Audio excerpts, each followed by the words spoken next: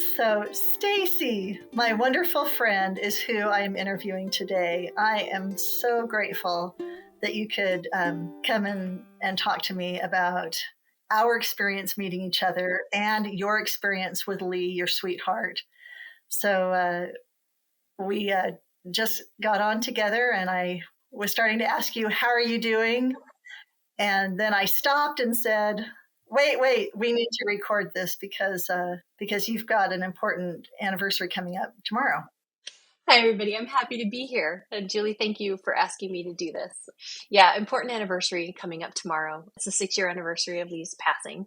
And that's a good thing and a hard thing all at the same time. You know, it's good because he was out of pain. There was no more suffering. He gets to sit next to Jesus and sit at his feet and just find all the answers and understand his path and why it was the way it was. And at the same time, you know, with us left down here, the ones that were lucky enough to be loved by him and love him, it's hard. You know, it's hard to be loved like that and then to not have that. And I think that's the hardest thing. But 6 years in, I'm in a really good place, and God is good and forever. You know, just so many blessings and just so compassionate, and has put me in a place that I don't know that Lee and I ever would have been in, but I'm here, and that's a good thing. And I found peace, and I found sustenance, and I found a really good relationship with God, and I'm not angry anymore. I'm not angry at God anymore, and that's a big place to be in. That's a good place to be in.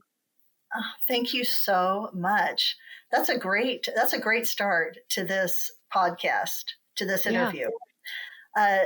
So how we know each other is all wrapped up in this goodness of God. Oh, absolutely.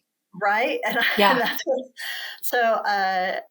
well, and it was fresh. I mean, your grieving was just so fresh for you. Exactly. And the providence that brought us together is just amazing. And, two women who are both Christians, but, different denominations, exactly. who probably never would have met each other, just in happenstance met each other on the side of the road one day and in a divine appointment, Exactly. Yeah. So let me give background from my perspective, and then I want you to share your perspective, because it's I love that phrase you said, divine appointment. That's exactly what it was. Yeah. So my husband, Steve, had passed away about 3 weeks earlier.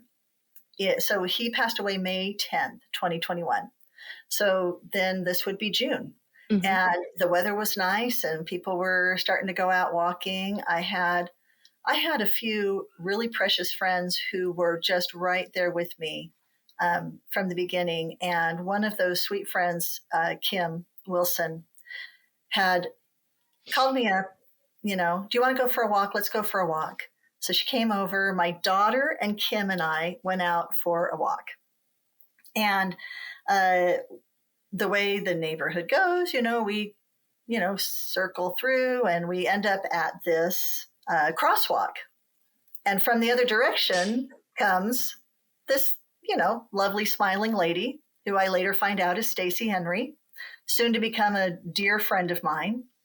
We stop at the same point at the corner, but then awkwardly, instead of one of us going a different direction, we just turn and start walking together down the same direction of this road.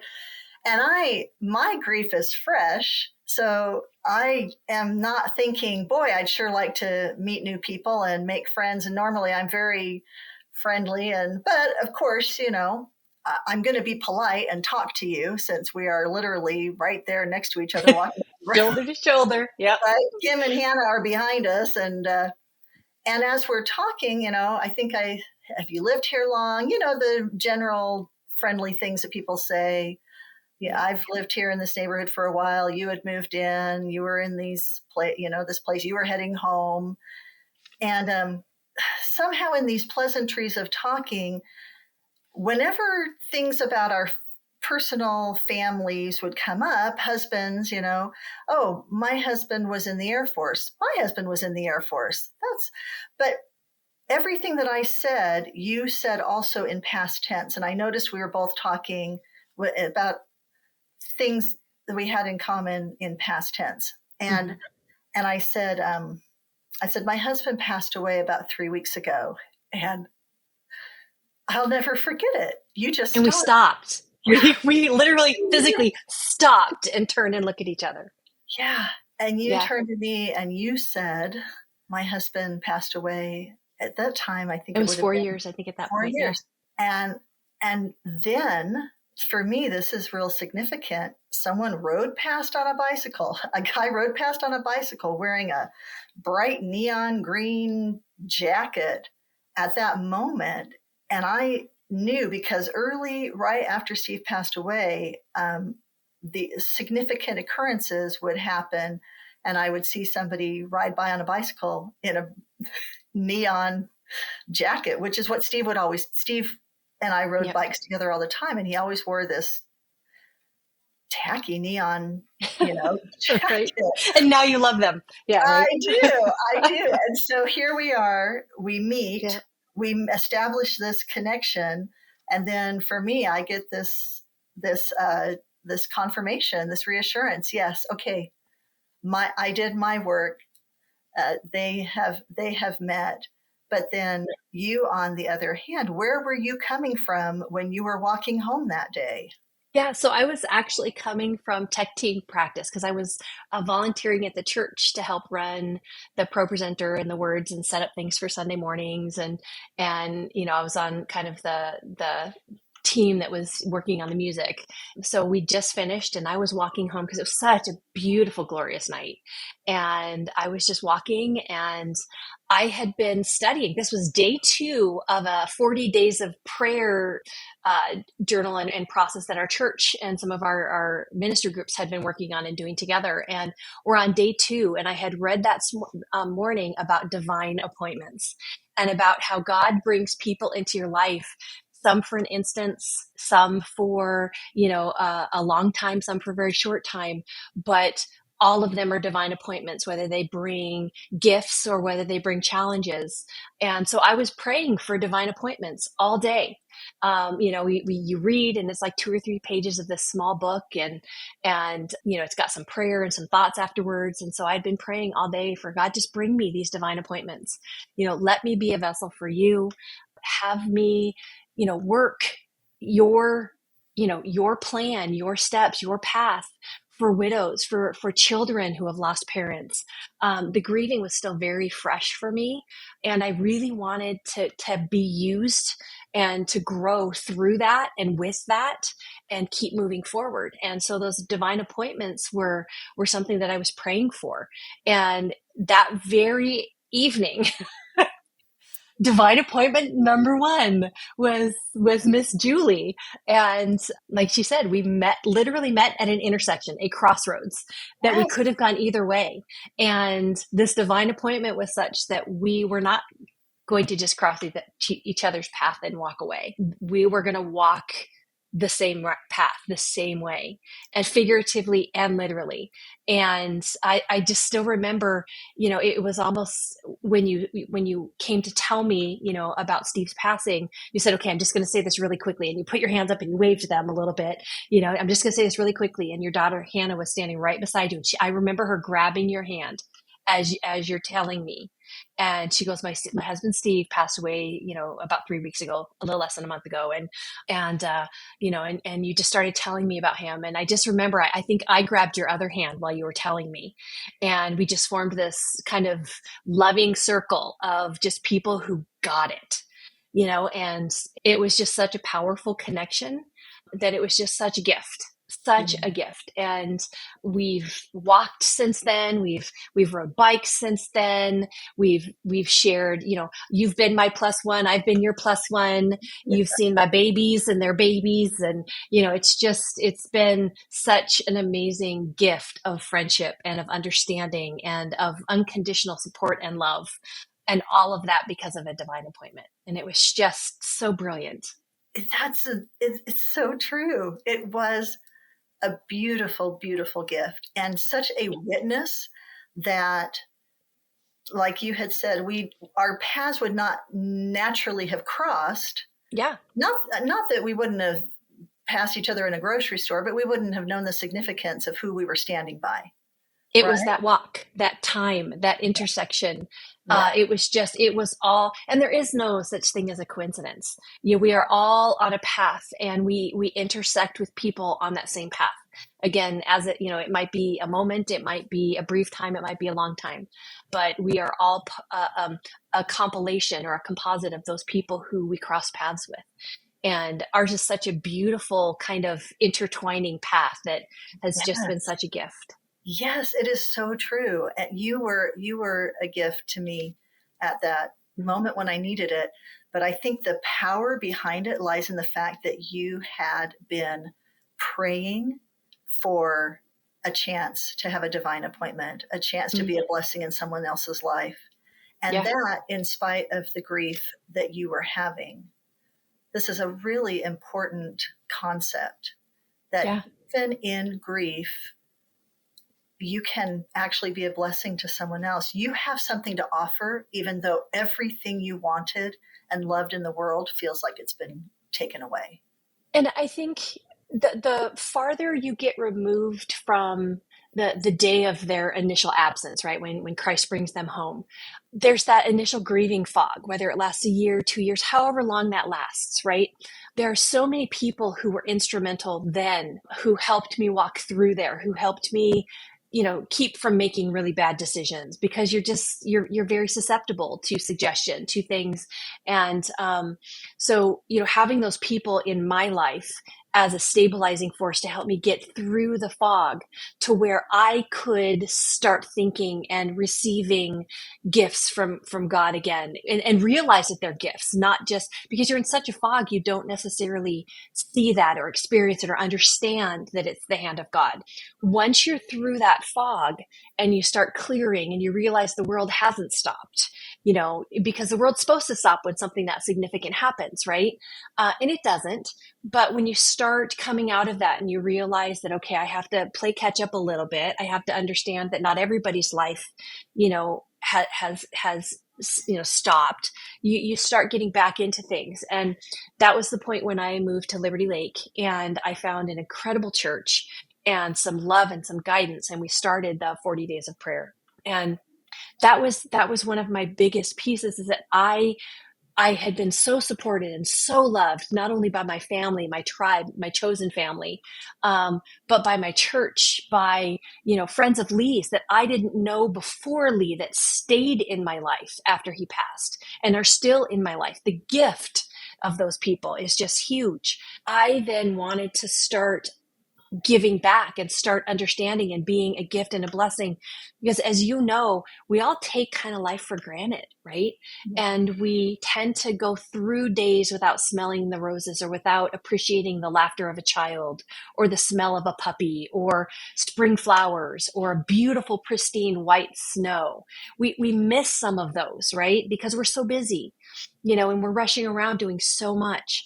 And I think one of the gifts, some people may not agree with this, but I think there is a gift in grieving, because you slow down, you breathe, and you start to see things in a different light. You take nothing for granted. And so you realize that work is work, but family and friends and memories and moments, that is the most important. And to be able to experience that after coming out of that grieving fog, and to be able to hold your hand on that sidewalk and know that God was using me for you and for Hannah, and you've helped me through a ton after that, and I think I've helped you as well, as people who just get it, and grieving and the loss of someone that significant, you never get over it. You never get through it. You just keep moving forward, and you build new memories around that pain, and new memories around that love, and new memories around those old memories. And you celebrate, but you still revisit. And and that's okay. And there's times that I think you and I have talked about our hubbies, and we've really celebrated them and loved them and teared up, but then we get to talk about your new love, and and the experiences of dating past that, and how do you honor and love someone here in the present when there's a part of your heart that's still honoring and loving the man of the past who's no longer here. And that's good and hard and wonderful, because they wouldn't want us to just be drowning and to be lonely and to be sad and to be just resting in them.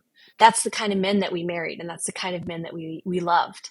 Celebrating them is moving forward and walking forward and finding someone that your heart is as full with, differently full, but as full with, whether that's a year, 2 years, 5 years, 10 years, however long down the road.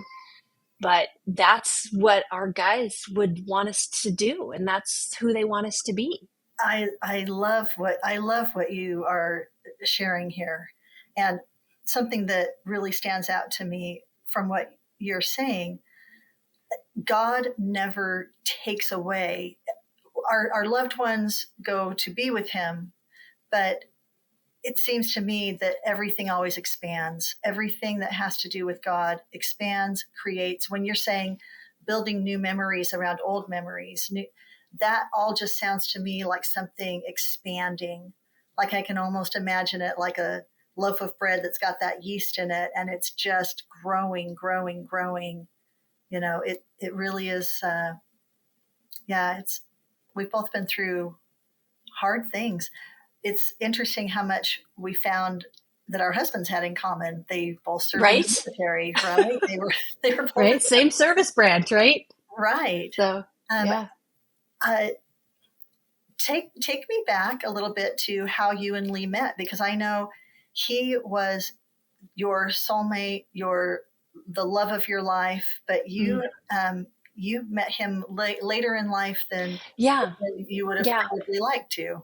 So we both grew up in a small town in Eastern Washington. So I knew him when we were younger. We played a lot of sports together. We dated for a little bit, but nothing ever came of it, right? And so we lost track, and he got married and I got married. And in 2010, I was separated and he was fully divorced from his first marriage. In 2011, I was fully divorced at that point. But in 2010, Lee and I reconnected as friends, nothing more, through Facebook, because he was going overseas to serve in the military and as a DoD contractor over there, coming back and forth between the two, which is strange, but that's what he did. So he was trying to just get a support kind of network, and the running joke is that Lee and I could never agree on who friended who on Facebook. I was like, no, you friended me, and he's like, no, you friended me. But it was just kind of a running joke, and it really didn't matter. But we found each other through mutual friends, and we just became friends, and we started IMing and just catching up, because we hadn't seen each other in 25 years. And so we were just IMing, and then we started emailing, because it was just easier to just really type, when you're in an email, and just kind of start sharing things like, oh my gosh, do you remember this and this softball tournament, or, and just kind of laughing, and then just starting to share things about our lives. And by February of 2011. So it was late, like Octoberish, Novemberish of 2010. By February of 2011, we had started Skyping. And, back then Skype was big, right? You're overseas. There was no thing WhatsApp didn't, exist. Zoom meetings didn't exist. Skype was pretty much it. That was the technology at that point. You could see somebody. Yeah, right. And, think about it. Back in World War II, they had letters, and they had to wait for weeks, months to get letters, from their soldiers overseas. So we started Skyping. And then, it was just amazing. And we fell in love, honestly, over Skype. And so in July of that year, he was coming home on leave, and my house in Massachusetts was getting renovated. And so I came home to Cheney to stay out here for a couple months. And I was here when he was here. And we got to see each other for the first time in 25 years. And another divine appointment. Yeah. It was. And I think he kind of crafted it that way. So, it was kind of fun. But and we saw each other for face to face in real person for the first time in, 25 years. And so it was very cool. And from that day forward, we talked every day unless he was in flight going somewhere. But yeah. And then we spent, oh gosh, until the end of 2012, just doing that and seeing each other about every 60, 90 days when he was on leave, and we'd meet in Hawaii or Jamaica or, Mexico, someplace fun. And we would just, spend a couple weeks hanging out on a beach in a warm location and just, getting to know each other and walking on the beach holding hands and falling more in love with each other. So yeah. And then late 2012 is when he was diagnosed with cancer. And This is he before you got expected me. married, right? What? He was No, we diagnosed. were engaged in October. Okay. Yeah, we of 2012, and we planned on getting married that following summer in Spokane, where all of our family and friends were. And in December, right before Christmas, is when he was diagnosed. And they weren't quite sure if it was a significant head and neck infection or if it was cancer. And so they did all the biopsies, and I sent it off. We got a second opinion because I was an ear, nose, and throat person in Rhode Island who was like, I'm really not sure what this is. We sent it off to Dana-Farber in Boston, and they redid everything. They did everything and redid the tests, and they were like, yeah, you have cancer. You need to come home. And so he went back to Afghanistan. We got married. Stop. How do you receive that news?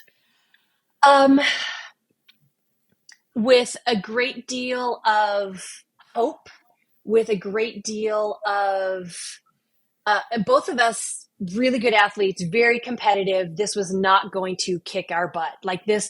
Wow. He and I could do anything together. And so it was like, alrighty, we just got to get your behind home.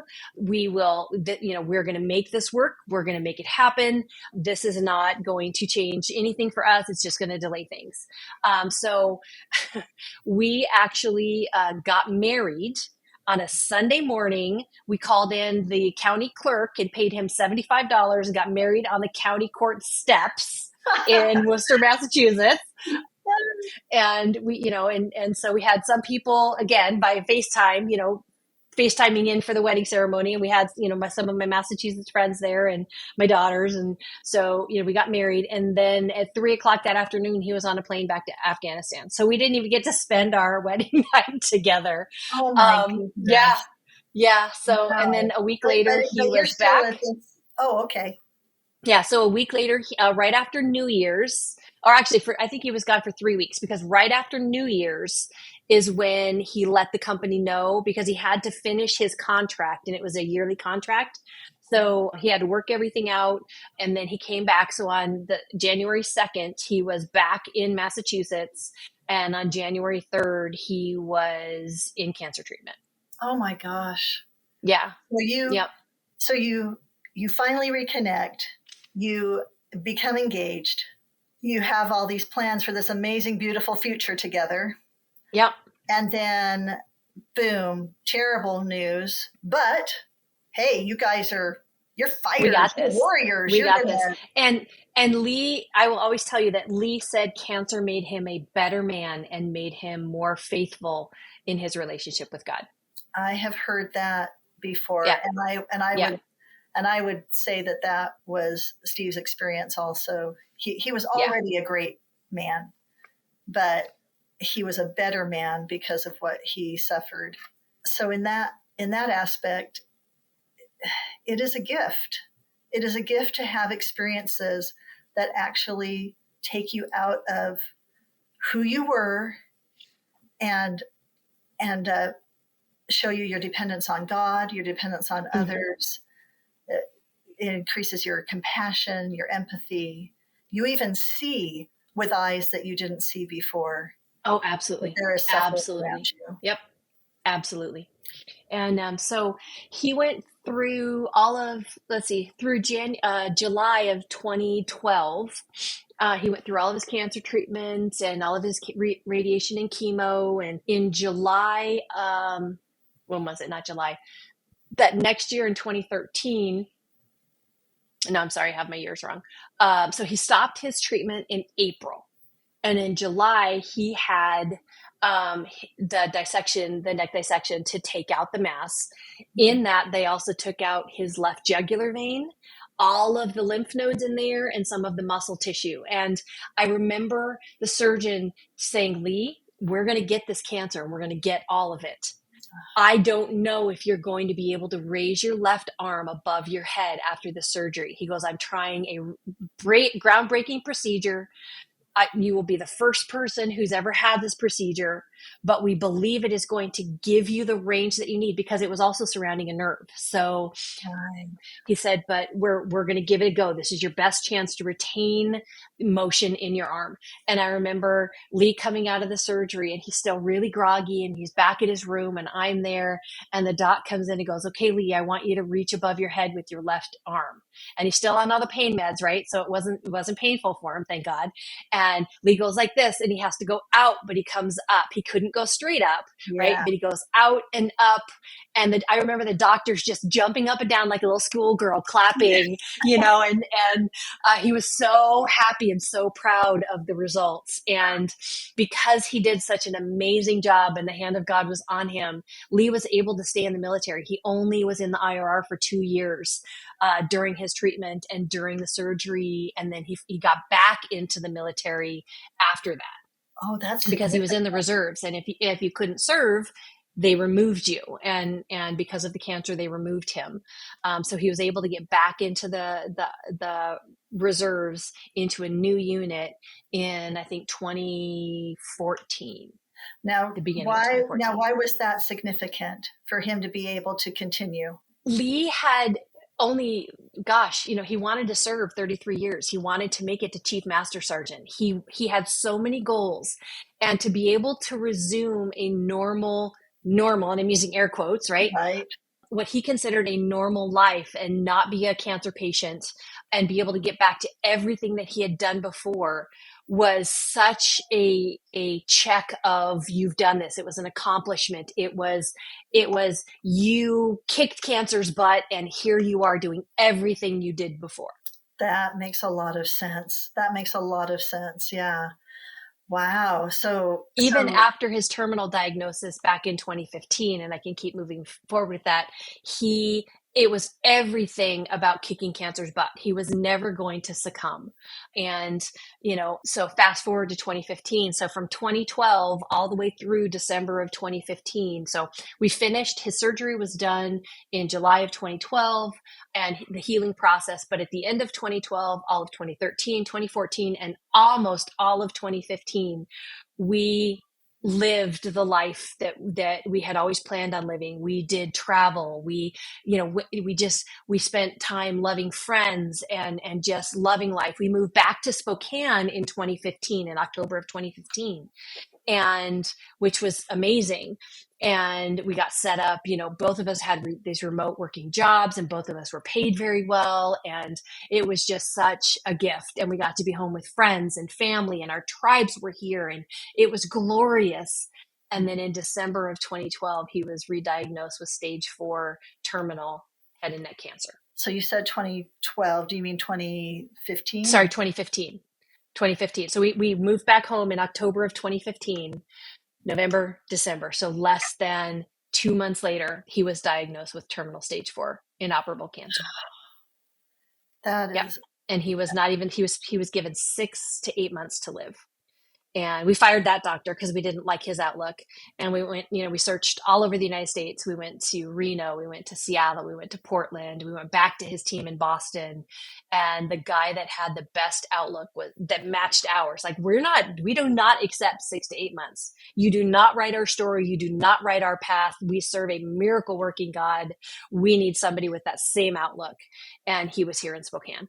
And we got a little over 2 years. Wow.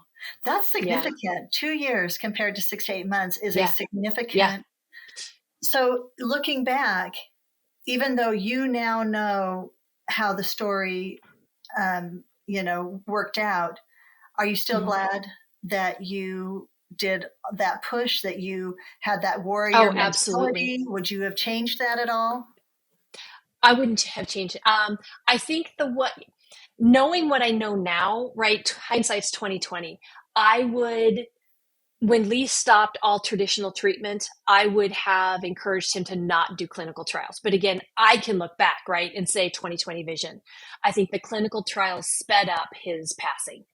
But Lee was one of those who was like, until there is no hope, until there is zero chance, he saw those clinical trials as a way to help him and in a way to help other people. And that's just who he was. He was a servant leader. And I don't know that I would have talked him out of him successfully, because that's just who Lee was. He was a servant leader, and he did things for his airmen. He did things for his family. He did things for his friends, for his tribe.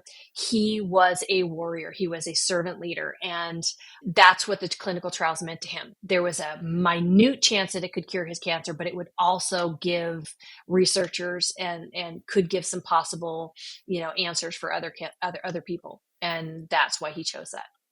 I love that phrase that you're using, servant leader. That sounds so correct to me, that he was consistent.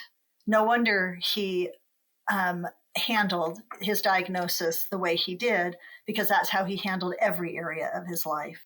Well, we got to be careful there here, because it was Lee's and my combination together, right? Yes. When God brings you the person you are meant to be with, your attitude changes, your faith changes, your perspective on life changes. Same thing with me. My entire world and my relationship with Christ changed because of the connection that I had with this man that God had brought me. Before that, I was a mess. Before that, Lee was a mess. And he was not an altar boy in any way, shape, or form. He was not a good human before that. And I was a mess. And so, everybody makes mistakes. But when you are on that path that God has for you, with your soulmate, and your faith is there, and your relationship is there, that is when there is just an absolute peace about the choices that you make together. And so that's when Lee had always been a leader, but he hadn't necessarily been a servant leader. He had always been a warrior, but it might not have been for anybody that wasn't his blood or one of his chosen brothers. And that all changed with me and with the cancer diagnosis. The combination of all that together created this servant leader and this man who was just a beacon of hope and of light for so many people. And so I just want to share that it's being in that will of God with the person that God has brought you, rather than who you're trying to be on your own, because he didn't have a relationship with Christ, or he had completely backslidden and had no relationship with God for the decade prior to that. He was not the greatest human being, but he was working on change and working on becoming a better person when he and I reconnected. Thank you so much for correcting me on that. That is such a beautiful testimony of why this connection with Christ is so powerful. And you're absolutely right. There's only so much that we can do on our own in our little spheres. But when we combine our will, our submission to the will of God, you're absolutely right. That is when miracles happen. That is when we are transformed. And I really appreciate that testimony of yours of what happened when God brought the two of you together, and together you chose to have your foundation be in Christ. And that's huge. That is huge. I'm just getting goosebumps remembering some of the things that he and I did together, and the choices that we made together. And, I don't know that many people can say this, but Lee and I had 2 arguments the entire 8 years we were together. And both of those were because Lee saw someone trying to take advantage of me, and someone very close to me, and I didn't see it. And I didn't appreciate the tone he took, but he was absolutely right in the words he used, and towards this person. And I was offended by the tone he took. I wasn't listening to the words. And this person was very close to me. So I can look back, and even after we worked it out, we talked through it, and I understood where his heart was. His heart was always in protective mode, always looking to make sure that we were okay, and that I was okay, and that the family was okay.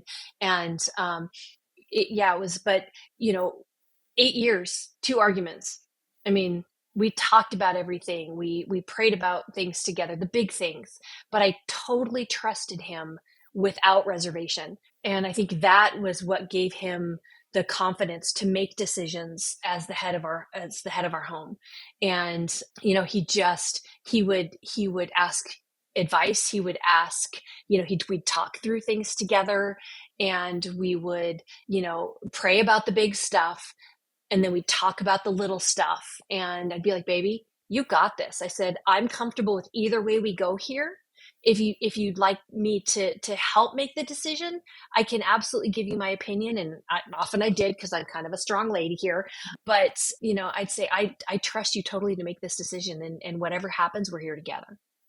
I love that. And it sounds like you guys, you give so much hope, I think, to people who, because you and Lee met as a second act, right? You had Yes. you had known each other in your childhood and early, teenage, older teenage years. Years, yeah. Yep. But what a message of hope that you described yourselves as a mess, and yet when you came together, you were able to experience something so whole and complete, and I'd do it all over again, even knowing the ending. Well, that is good to know. That is good to know, because when you're first grieving, it's very hard. I don't think I know anybody who would say, wow, what a character building experience. I'd do it all again just for How have you changed as a person from those early days, weeks, months of grief to today? I think when you're on autopilot, those first weeks, days, months, years, where you've got that grieving fog, grieving brain, you're very reactionary, or you don't react at all. You're numb to the point where you just kind of sit and allow things to happen, right? You don't necessarily participate, even then there's things around you. My grieving is very clean, meaning I don't have any regrets. Lee and I talked about everything. We did everything we wanted to do. There's no, I'm not, there's no anguish, if you will, or guilt about Lee's passing. So I call it, again, air quotes, it's clean grieving, but there are things that I don't remember. People will remind me, oh, do you remember this? Like 6 months after, and I'm like, no, or I'll have brief recollection of things, but I think it happened, years, like a couple years after Lee died. And it turns out it was weeks, or it was months, or it was, whatever. And so the whole time frame and the whole kind of schematic of memory kind of changed. So, thankfully my tribe is amazing, and they continue to remind me of things, or, they'll kind of help me stitch together things. But me as a person, my outlook on life has changed. I use I love you a whole lot more.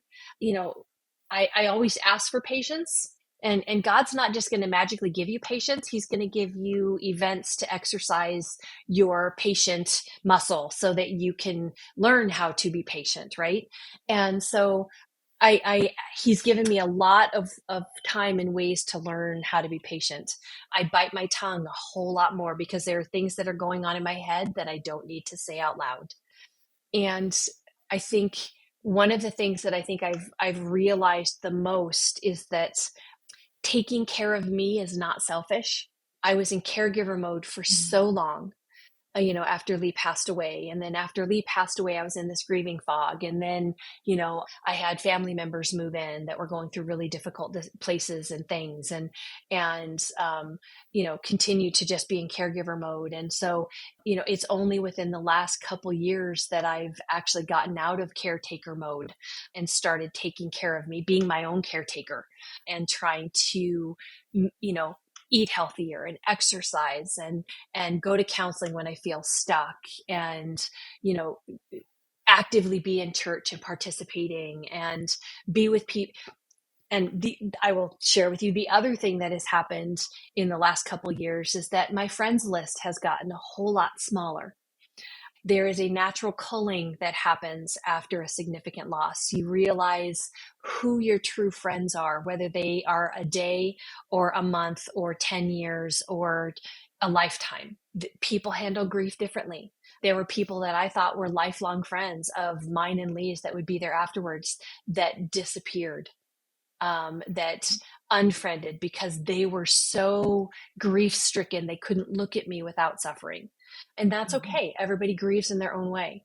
And again, back to the, people are meant to be in your life for a moment, a season, a short term or a long term, and so I have an amazing tribe of women and of chosen family, military men and women who Lee brought into my life that are still here and that check on me. High school friends that I've reunited with that I couldn't love more if they're sisters. People that I ran into on a street corner walking, that are lifelong friends and I've only known for a couple years. There is a natural culling that happens after this significant of event, and that's good. And that is what has changed, because before, hey, I have 867 followers or fans on Facebook. How many do you have?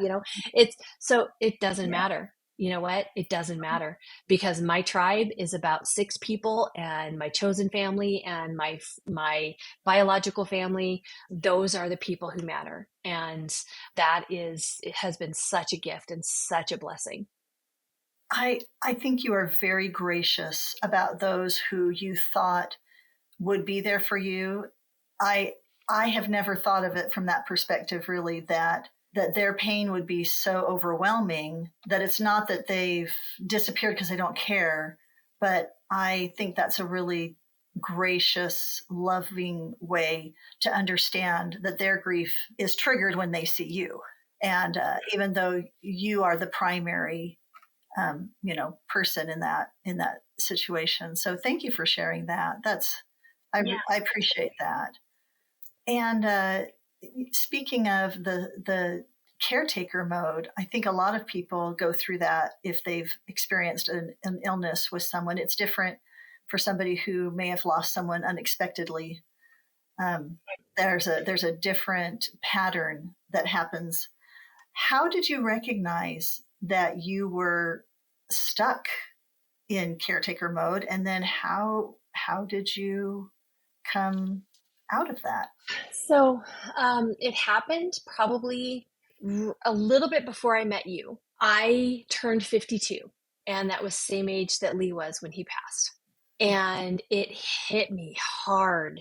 Like, I am going to be older than Lee was when he died. And I had to stop and take a look at where I was. And again, this was 4 years after Lee died.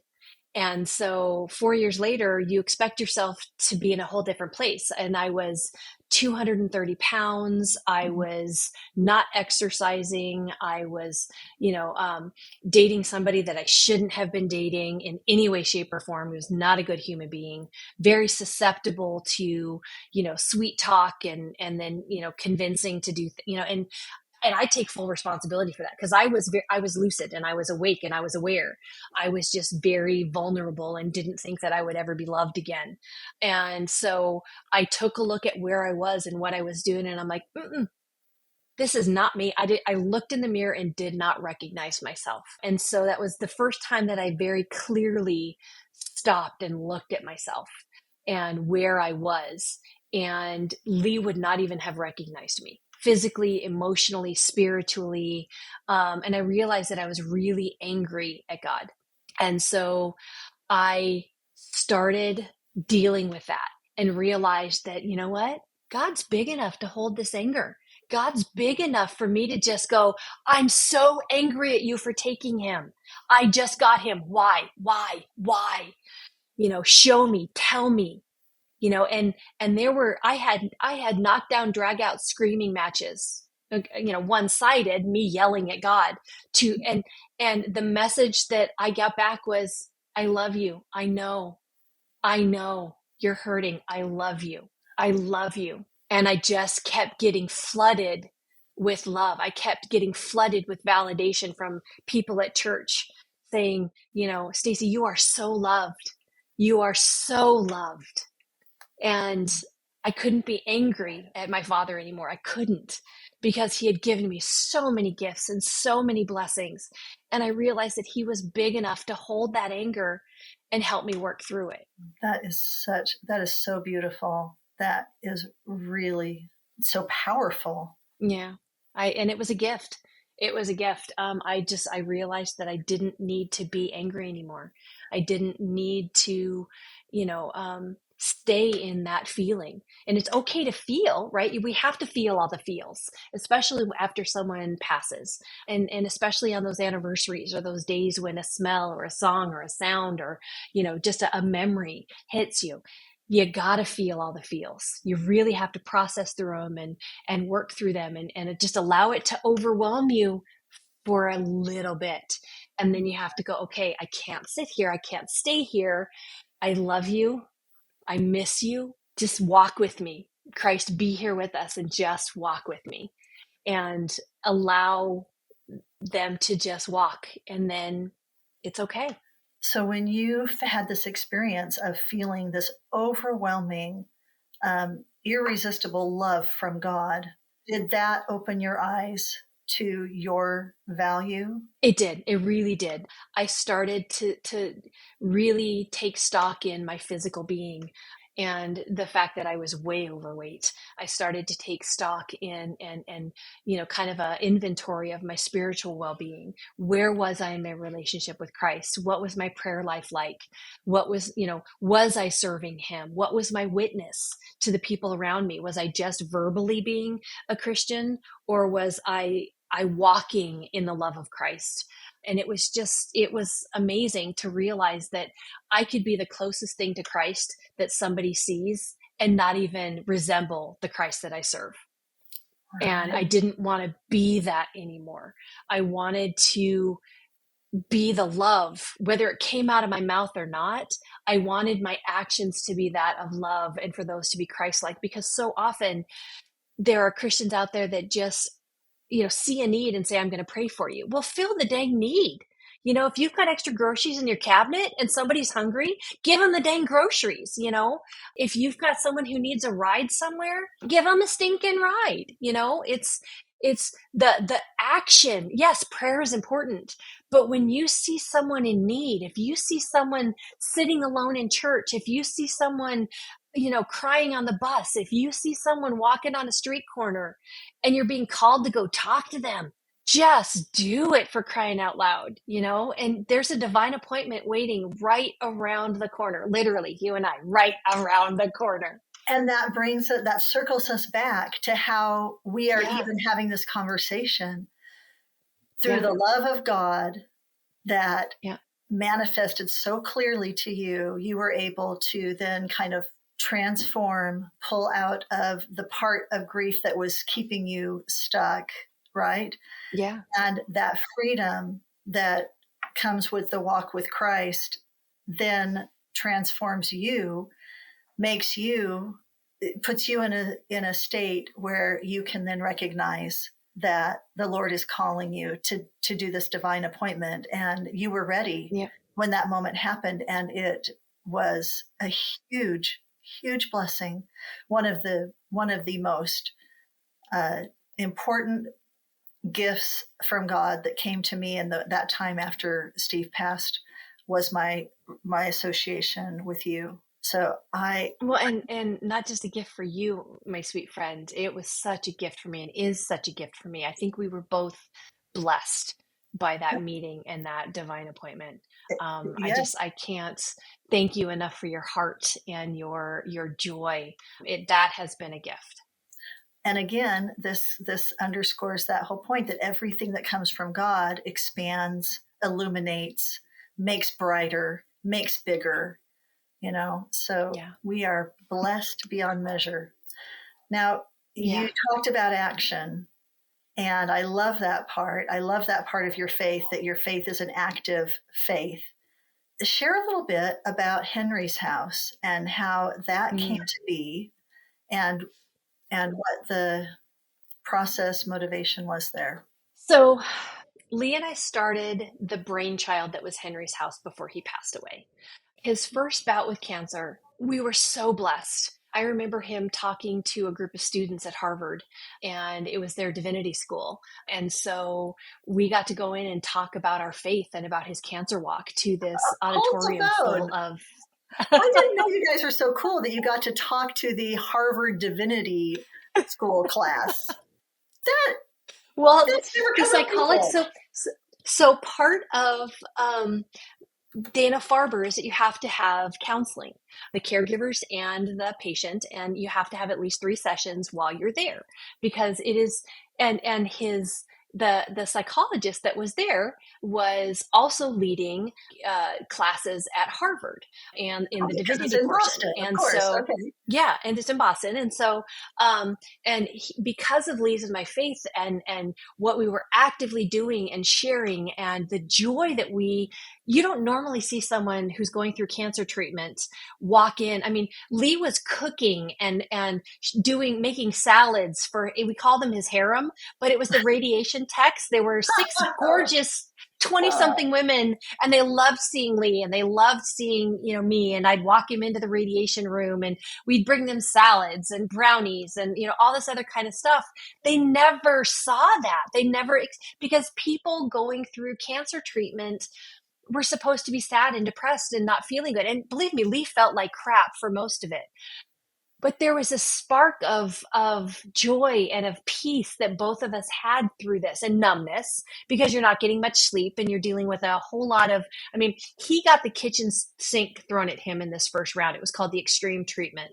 And it's like 30 rounds of radiation and every chemo every 3, I don't remember how, I think it was like 3 weeks. And he went from probably 250 pounds to probably about 187 pounds when it was all done. And he just, he never lost that spark. He wanted to sleep through most of it. Thankfully, we got on a regimen of hydration, and, long story short, he just, there was a spark in him that just never wilted and never went out. And regardless of how he was feeling, he wanted to say thank you. And that spirit came back to us 100-fold. And the opportunities that we were given, and the cancer community in Boston, and in our church community that was in Massachusetts. And so we were so blessed by the cancer community during his treatment and after his treatment, and the friends that we met there. And we wanted to start giving back. And so when we moved back to Spokane, there was no place for cancer patients to stay. We got to stay at Hope Lodge in Boston free of charge. And again, hand of God, from the day before his first treatment until the day after his last treatment. That was unheard of at Hope Lodge, because they only had chunks of time, and people would have to go check into a hotel and then come back, and then go check into a hotel and then come back. The people they had no idea how Lee and I were able to stay there for the entire time. That was unheard of.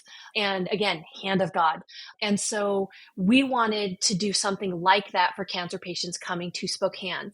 So our house up north was a 7-bedroom house, 4-bathroom, and our entire downstairs was almost like an in-law suite with laundry and a micro kitchen and bathroom. And so we opened Henry's house, which was a place where cancer patients and their caregivers could come stay for free during their entire tenure. And I think before we closed during COVID, I think it was like 470 nights of lodging, and we helped, I think it was like 127 cancer patients in those years that we were open.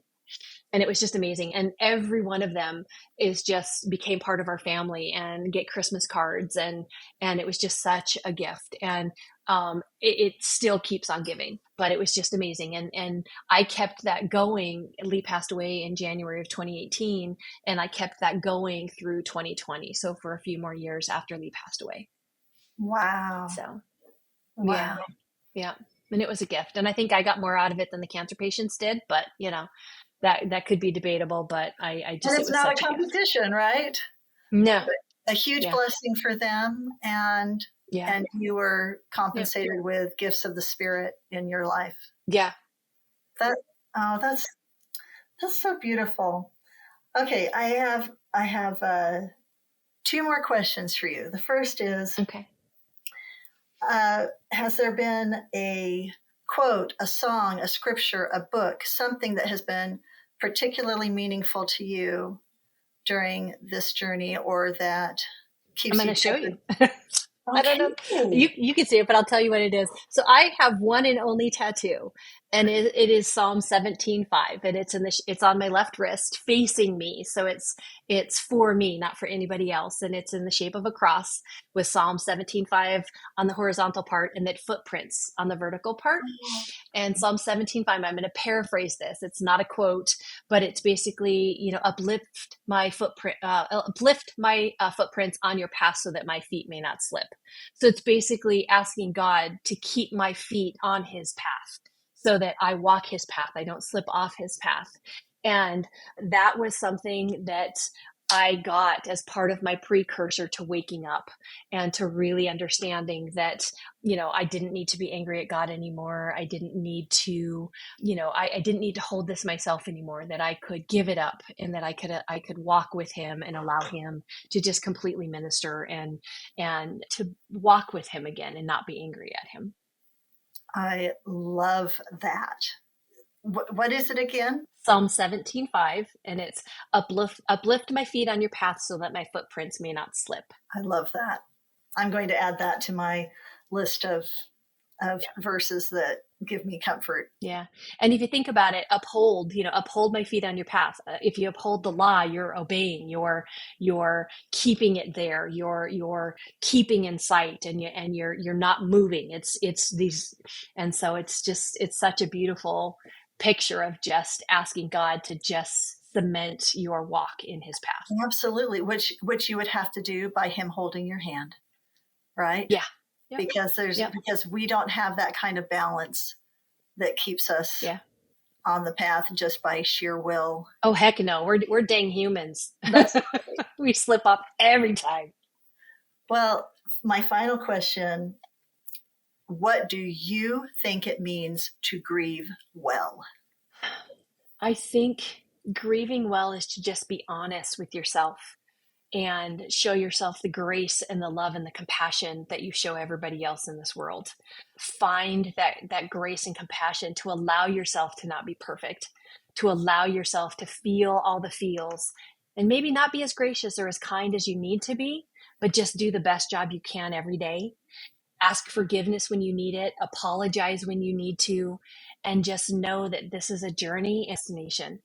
You're never going to get there, and you just need to keep moving forward and being true to who God created you to be. Thank you. Absolutely. I love how you summed that up. And Thank you. thank you for sharing your stories, your memories, your wisdom, and thank you for your friendship. Oh, girl, you got it for a lifetime. Oh, all right. Thank you so much. I'm excited Absolutely. to share this with others. Thanks. Thank you.